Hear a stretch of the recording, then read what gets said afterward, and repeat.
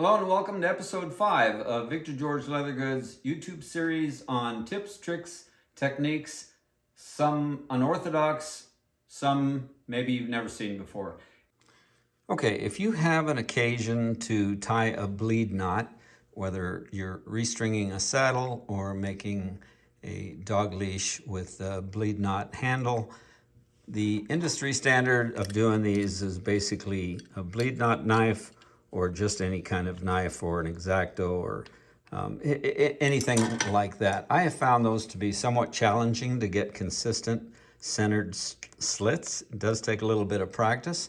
So I use these end nippers. And of course, depending on the size of the string would depend on the size of the nippers that you use. So all there is to it is first get your saddle string lubricated with some saddle soap, and these end nippers will come right up here close to the knot. You find the center and you cut yourself a slit. And then I just come up behind the back with a flat bladed screwdriver, and I run my saddle string through that and then adjust it. Sorry for hitting the camera there. And we'll continue one more time.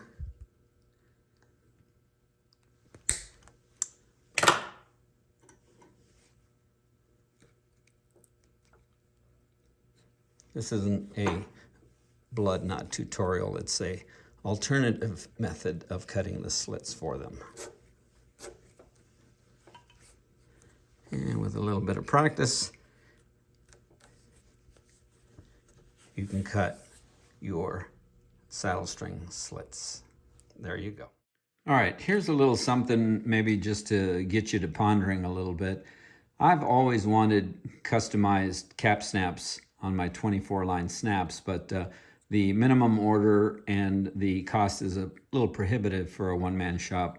So I have this idea, and I have a friend named Darren at Volkart Leather who has a laser etcher, laser engraver, and he experimented for me on some cap snaps.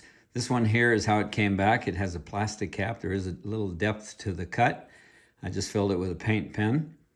This one here, it's some type of a metal cap. I'm not sure exactly what the steel composition is, but it did etch it, and then I just polished it on my polishing wheel. Nice effect.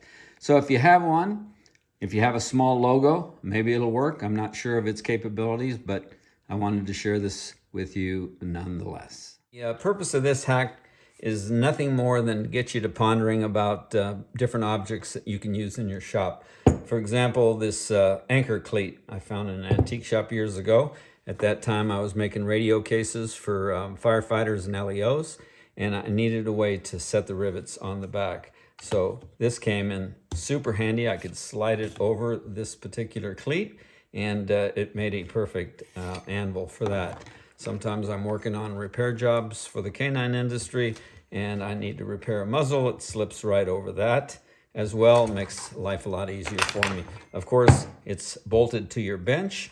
I can do this ad nauseum, but again, it's a handy little thing that you would have never thought could be useful in a leather shop. 3 tips back to back. So whenever I dye something black, my first coat is always a dark brown or a chocolate brown dye.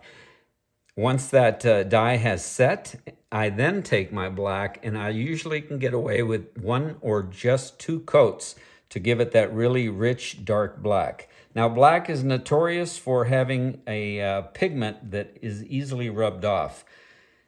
So what I do before I apply my acrylic sealer, I take a stiff bristled brush and I burnish the surface of the black dyed item.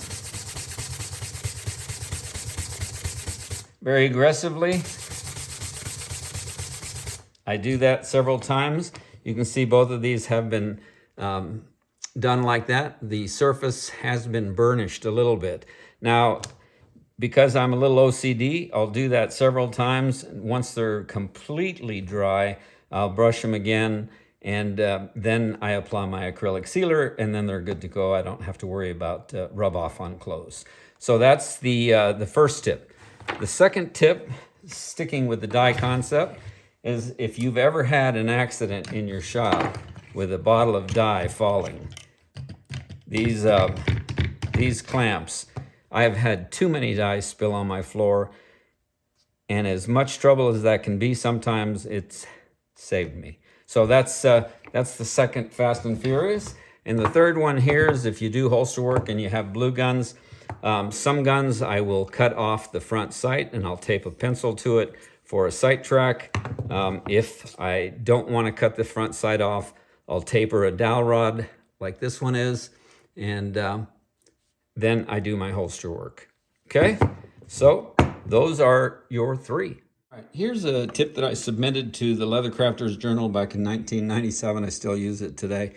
Anyway, for safety straps on knife sheaths or holster straps with good, firm 8 to 10 ounce veg tan leather, I take a 9/16 inch wood boring bit and I file down the point to fit into a number 4 hole, which is usually the standard that I use for these posts and studs. And then I will just drill a little recess. I've already done it, but you get the idea. Just chop that leather out. And then you have a nice little recess in there. Take your 24 line post, place it in there, and you can see it's subsurface. Take a 1/2 ounce piece of leather, 9/16 of an inch as well. Contact cement it in there, and then it's perfectly flush with the surface, and you don't have to worry about hardware contact with your knife or your gun.